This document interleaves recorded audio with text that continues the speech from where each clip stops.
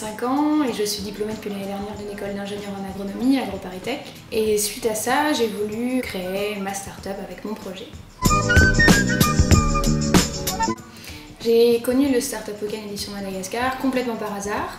En naviguant sur le net, j'ai trouvé le Startup Weekend Madagascar. Je suis pas du tout originaire de Madagascar, mais c'est un pays qui suscite tout mon intérêt. Et puis ça tombait bien dans le calendrier. Et donc je me suis inscrite. Alors entreprendre pour moi ça veut dire beaucoup de choses, ça veut dire déjà avoir son propre projet et aller jusqu'au bout de ses envies et de ses ambitions. Ça veut dire beaucoup de liberté et ça veut dire s'associer avec les personnes que l'on apprécie le plus, créer l'équipe qui nous fait rêver et puis aller jusqu'au bout. Oui, je suis venue avec un projet bien précis auquel j'avais réfléchi les semaines avant ma participation. Il ne faut pas avoir peur, il faut se lancer, même sans avoir d'idée le jour même. On en trouve toujours le moment venu quand on est juste avec le micro dans la main.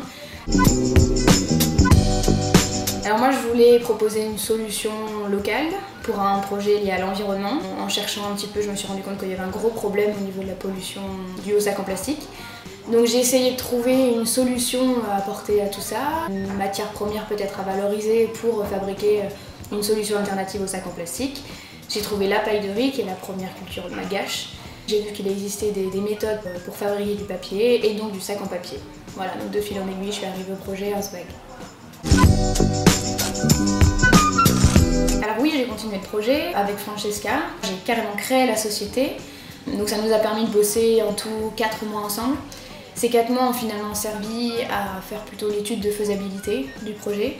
Et nous nous sommes rendus compte que c'était infaisable aujourd'hui dans les conditions actuelles, financières, de compétences professionnelles. Et malheureusement, on a décidé d'arrêter. Moi, je crois profondément que le projet peut marcher parce que la matière première est là, parce que l'idée est là, parce qu'il y a un réel problème de pollution. Donc même si c'est pas moi, je croise les doigts pour que quelqu'un le fasse à ma place. Ou peut-être que ça sera moi dans quelques années quand j'aurai un peu plus de compétences, un peu plus de réseau et puis un peu plus de finances. Je pense vraiment que Earthbag pourrait apporter une solution à Madagascar et puis aux autres pays du monde qui ont ce type de problématique. Alors le Startup Weekend a permis de voir que j'étais capable d'avoir des bonnes idées, m'a permis de rencontrer des personnes super, que ce soit au niveau des participants, des organisateurs ou des coachs. Ça m'a permis de bosser énormément pendant un week-end et de me rendre compte qu'avec une équipe qui est motivée, on pouvait aller très très loin dans un projet. Et puis ça m'a permis de vivre en tout 5 mois d'une aventure particulière, donc 5 mois de création de start-up. Si je devais encourager des personnes, je le ferais parce que ça a été pour moi un super week-end et ça restera gravé dans ma mémoire très très longtemps.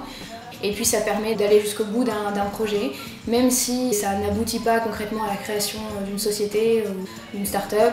Au moins on voit qu'on peut bosser efficacement et ressortir quelque chose de très intéressant au bout d'un week-end avec des personnes motivées.